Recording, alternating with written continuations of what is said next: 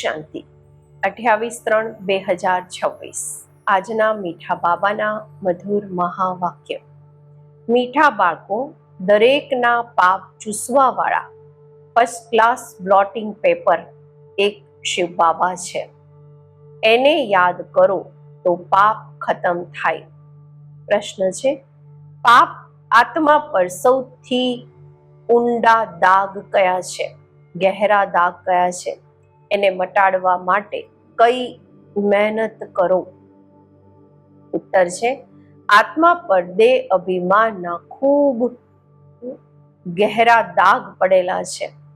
ખૂબ જ પાક્કા દાગ પડેલા છે. વારંવાર કોઈ દેહધારીના નામ રૂપમાં ફસાઈ જાય છે. બાપને યાદ ન કરી દેહધારીઓને યાદ કરતી રહે છે. એકબીજાના દિલને દુખાડતી રહે છે. આ દાગને મટાડવા માટે દેહી અભિમાની બનવાની મહેનત કરો. ગીત છે, મુખડા દેખ લે પ્રાણી જરા દર્પણ મેં. ઓમ શાંતિ. મીઠા મીઠા બધા સેન્ટર્સના બાળકોએ ગીત સાંભળ્યું. હવે પોતાને જોઈ લો કે કેટલું પુણ્ય છે અને કેટલા પાપ મટ્યા છે.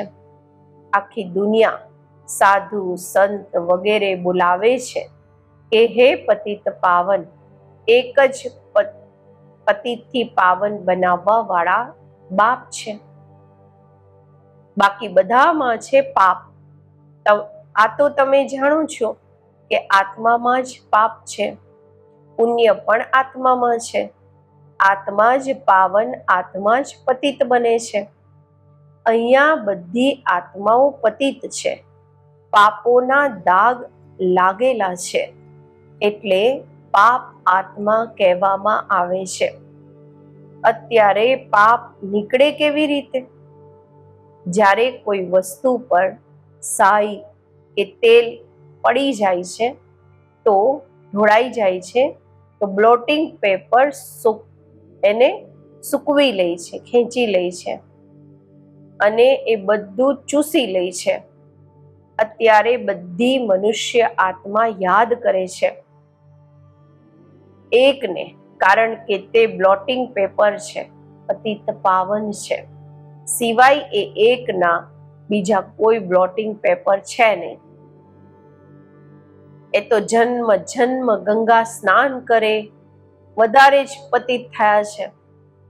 પતિતોને પાવન કરવા વાળા એક જ શિવ બાબા બ્લોટિંગ પેપર છે પણ નાનામાં નાની એક બિંદી બધાના પાપ નષ્ટ કરે છે.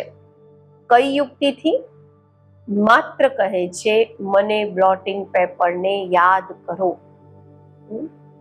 હું તો ચૈતન્ય છું ને, તમને બીજી કોઈ તકલીફ નથી આપતો. તમે પણ આત્મા બિંદી, બાપ પણ બિંદી છે. કહે છે, માત્ર મને યાદ કરો તો તમારા બધા પાપ મટી જશે. હવે દરેક પોતાના દિલને પૂછે કે યાદથી કેટલા પાપ મટ્યા છે અને કેટલા અમે કર્યા છે, બાકી કેટલા પાપ રહ્યા છે. આ ખબર કેવી રીતે પડે? બીજાને પણ રસ્તો બતાવતા રહો કે એક બ્લોટિંગ પેપરને યાદ કરો. બધાને આ રાય આપવી તો સારી છે ને. આ પણ વંડર છે. જેમને રાય આપે છે, સલાહ આપે છે, એ તો બાપને યાદ કરવા લાગી જાય છે. અને જે રાય આપવા વાળા છે, સલાહ આપવા વાળા છે, પોતે યાદ નથી કરતા એટલે પાપ કપાતા નથી. પતિત પાવન તો એકને જ કહેવામાં આવે છે. અનેક પાપ લાગેલા છે. કામનું પાપ, દેહ અભિમાનનું પાપ તો પહેલા નંબરનું પાપ છે. દેહ અભિમાનનું પાપ તો જે સૌથી વધારે ખરાબ છે. હવે બાપ કહે છે, દેહી અભિમાની બનો. જેટલા મામેકમ યાદ કરશો તો જે તમારામાં ખાદ પડેલી છે તે ભસ્મ થશે. યાદ કરવાનું છે, બીજાને પણ આ રસ્તો બતાવવાનો છે.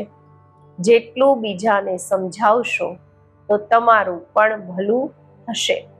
આ ધંધામાં જ લાગી જાઓ. બીજાને પણ આ સમજાવવાનું છે કે બાપને યાદ કરો તો પુણ્યાત્મા બની જશો. તમારું કામ છે બીજાને પણ આ બતાવવું કે પતિત પાવન એક છે. ભલે તમે જ્ઞાનની નદીઓ અનેક છો, પરંતુ તમે બધાને કહો છો કે એકને યાદ કરો. તે એક જ પતિત પાવન છે. એમની ખૂબ મહિમા છે. જ્ઞાનના સાગર પણ એ છે. એ એક બાપને યાદ કરવા, દેહી અભિમાની જ રહેવું. આ એક જ વાત ડિફિકલ્ટ છે, મુશ્કેલ છે. બાપ માત્ર તમારા માટે નથી કહેતા. બાકી બાબાને ધ્યાનમાં તો બધા સેન્ટર્સના બાળકો છે. બાપ તો બધા બાળકોને જુએ છે ને. ક્યાંક સારા સર્વિસેબલ બાળકો રહે છે. શિવ બાબાની ફૂલવાડી છે ને. જે સારી ફૂલવાડી હશે એને જ બાબા યાદ કરશે. સાહુકાર વ્યક્તિને ચાર પાંચ બાળકો હશે તો જે મોટો બાળક હશે એને યાદ કરશે. ફૂલોની વેરાયટી હોય છે ને, તો બાબા પણ પોતાના મોટા બગીચાને યાદ કરે છે. કોઈને પણ આ રસ્તો બતાવવો સહજ છે. શિવ બાબાને યાદ કરો, એ જ પતિત પાવન છે. પોતે કહે છે મને યાદ કરવાથી તમારા પાપ ભસ્મ થશે. કેટલો ફર્સ્ટ ક્લાસ બ્લોટિંગ પેપર છે આખી દુનિયાના માટે. બધા એને યાદ કરે છે. કોઈને પણ આ રસ્તો બતાવવો સહજ છે. શિવ બાબાને યાદ કરો. બાપે યુક્તિ બતાવી છે કે મને યાદ કરવાથી તમારા પર જે દેહ અભિમાનનો દાગ છે તે મટી જશે. મહેનત છે દેહી અભિમાની બનવાની. બાબાને કોઈ સાચું બતાવતા નથી. કોઈ ચાર્ટ લખીને મોકલી દે છે, પછી થાકી જાય છે. મોટી મંજિલ છે. માયા નશો એકદમ તોડી નાખે છે, તો પછી લખવાનું પણ છોડી દે છે. અડધા કલ્પનું દેહ અભિમાન છે તે છૂટતું નથી. બાપ કહે છે માત્ર આ ધંધો કરતા રહો. બાપને યાદ કરો અને બીજાને કરાવો. બસ સૌથી ઊંચો ધંધો છે આ. જે પોતે યાદ નથી કરતા તે આ ધંધો કરશે જ નહીં. બાપની યાદ આ છે યોગ અગ્નિ, જેનાથી પાપ ભસ્મ થશે. એટલે પૂછવામાં આવે છે ક્યાં સુધી પાપ ભસ્મ થયા છે. જેટલા બાપને યાદ કરશો એટલો ખુશીનો પારો ચઢેલો રહેશે. દરેકની દિલને જાણી શકો છો. બીજાને પણ એની સર્વિસથી જાણી શકો છો. બીજાને રસ્તો બતાવે છે બાબાને યાદ કરો. તે પતિત પાવન છે. અહીંયા આ તો છે પતિત તમો પ્રધાન દુનિયા. બધી આત્માઓ અને શરીર તમો પ્રધાન છે. અત્યારે પાછા જવાનું છે. ત્યાં બધી આત્માઓ પવિત્ર રહે છે. જ્યારે પવિત્ર બને ત્યારે ઘરે જાય. બીજાને પણ આ જ રસ્તો બતાવવો જોઈએ. બાપ યુક્તિ તો ખૂબ સહજ બતાવે છે. શિવ બાબાને યાદ કરો. આ બ્લોટિંગ પેપર રાખો તો બધા પાપ ચૂસાઈ જશે. તમારા વિકર્મ વિનાશ થશે. મૂળ મોટી વાત છે પાવન બનવું. મનુષ્ય પતિત બને છે ત્યારે તો બોલાવે છે હે પતિત પાવન આવો. આવીને બધાને પાવન બનાવી સાથે લઈ જાઓ. લખેલું પણ છે બધી આત્માઓને પાવન બનાવી લઈ જાય છે. પછી કોઈ પણ પતિત આત્મા રહેતી નથી. આ પણ સમજાવ્યું છે પહેલા સ્વર્ગવાસી જ આવશે. બાપ જે દવા આપે છે આ બધાના માટે છે. જે પણ મળે એમને આ દવા આપવાની છે. તમે ફાધરની પાસે જવા ઈચ્છો છો, પરંતુ આત્મા તો પતિત છે. એટલે જઈ નથી શકતી. પાવન બનો ત્યારે જઈ શકો. હે આત્માઓ, મને યાદ કરો તો હું લઈ જઈશ. પછી ત્યાંથી તમને સુખમાં લઈ જઈશ. પછી જ્યારે જૂની દુનિયા થાય છે ત્યારે તમે દુઃખ પામો છો. હું કોઈને દુઃખ નથી આપતો. દરેક પોતાને જુએ હું યાદ કરું છું. જેટલા યાદ કરશો એટલો ખુશીનો પારો ચડશે. કેટલી સહજ દવા છે. બીજા કોઈ સાધુ સંત વગેરે આ દવાને નથી જાણતા. ક્યાંય પણ લખેલું નથી. આ બિલકુલ નવી વાતો છે. પાપોનું ખાતું કોઈ શરીરમાં લાગેલું નથી. પાપોનું ખાતું આત્મા પર લાગેલું છે. આટલી નાનકડી આત્મા બિંદીમાં જ બધો પાઠ ભરાયેલો છે. આત્મા પતિત હશે તો જીવ પર પણ અસર પડશે, શરીર પર પણ એની અસર પડશે. આત્મા પાવન બની જાય છે પછી શરીર પણ પવિત્ર મળે છે. દુખી સુખી આત્મા બને છે. શરીરને વાગે છે તો આત્માને દુઃખ ફીલ થાય છે, મહેસૂસ આત્મા કરે છે. જે પણ વાગે છે કહેવામાં પણ આવે છે આ દુખી આત્મા છે, આ સુખી આત્મા છે. આટલી નાનકડી આત્મા કેટલો પાર્ટ ભજવે છે. વંડર છે ને. બાપ છે જ સુખ આપવા વાળા, એટલે એમને યાદ કરે છે. દુઃખ દેવા વાળો રાવણ છે.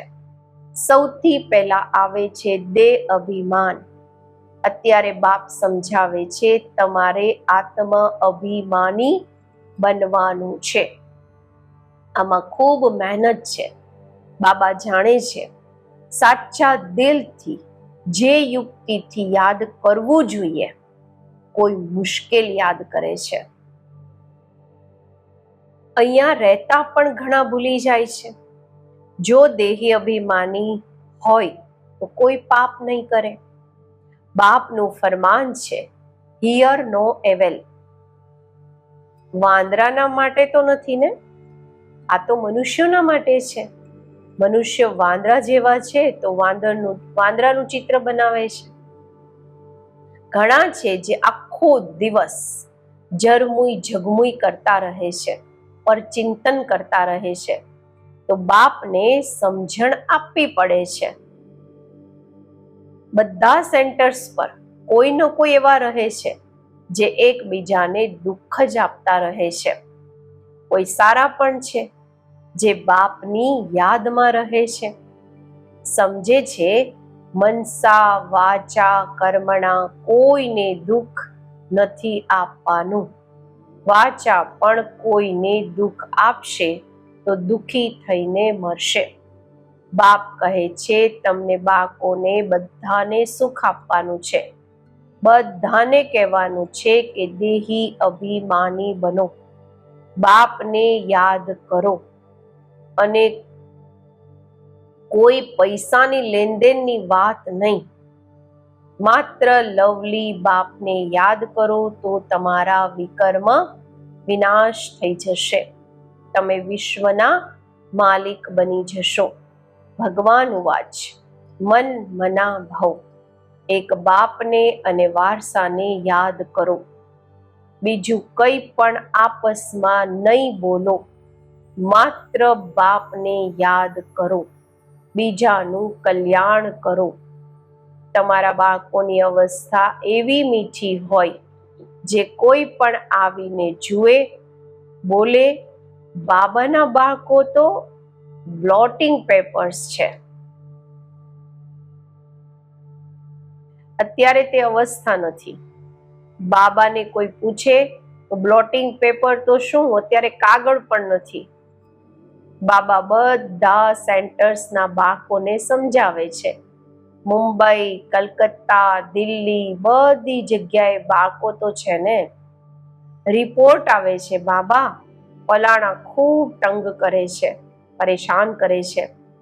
પુણ્યાત્મા બનાવવાના બદલે વધારે જ પાપ આત્મા બનાવી દે છે. બાબાથી કોઈ પૂછે તો ઝટ બતાવી દેશે. શિવ બાબા તો બધું જ જાણે છે. એમની પાસે બધો હિસાબ કિતાબ છે. આ બાબા પણ બતાવી શકે છે. બ્રહ્મા બાબા શકલથી જ બધી ખબર પડી જાય છે, ચહેરાથી જ. આ બાબાની યાદમાં મસ્ત છે, આનો ચહેરો જ ખુશનુમા દેવતાઓ જેવો છે. આત્મા ખુશ હશે તો શરીર પણ ખુશ જોવામાં આવશે. શરીરને દુઃખ થવાથી આત્માને દુઃખ ફીલ થાય છે. એક વાત બધાને સંભળાવતા રહો કે શિવ બાબા કહે છે, મને યાદ કરો તો તમારા પાપ વિનાશ થશે. એમણે લખી દીધું છે શ્રી કૃષ્ણ ભગવાનનું વાચ. શ્રી કૃષ્ણને તો અનેક યાદ કરે છે, પરંતુ પાપ મટતા જ નથી, વધારે જ પતિત બની ગયા છે. આ ખબર જ નથી કે યાદ કોને કરવાના છે, પરમાત્માનું રૂપ શું છે.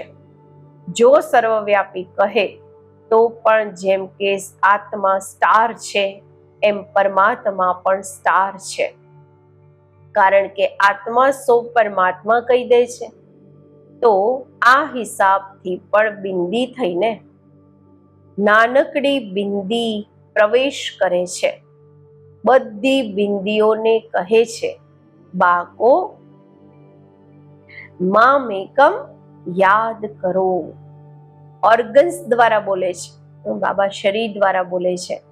ઓર્ગન્સ વગર તો આત્મા અવાજ કરી ન શકે. કર્મેન્દ્રિયો તો જોઈએ ને. તમે કહી શકો છો આત્મા પરમાત્માનો રૂપ તો એક છે ને. પરમાત્માનું મોટું લિંગ કે કંઈ કહી ન શકે. બાપ કહે છે, હું પણ એવો બિંદી છું, પરંતુ હું પતિત પાવન છું અને તમારા બધાની આત્માઓ પતિત છે. કેટલી સીધી વાત છે.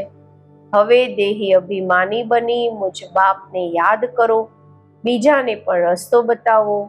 હું અક્ષર જ બે કહું છું, મન મના ભવ. પછી થોડું ડિટેલમાં બતાવું છું કે આ ટાલટાલીઓ છે, ડાળીઓ છે. પહેલા સતો પ્રધાન, સતો રજો તમોમાં આવે છે. પાપ આત્મા બનવાથી કેટલા દાગ લાગી જાય છે. તે દાગ મટે કેવી રીતે? એટલા બધા ડાઘ પડ્યા છે. તે સમજે છે ગંગા સ્નાનથી પાપ મળશે, પરંતુ એ તો શરીરનું સ્નાન છે. આત્મા બાપને યાદ કરવાથી જ પાવન બની શકે છે.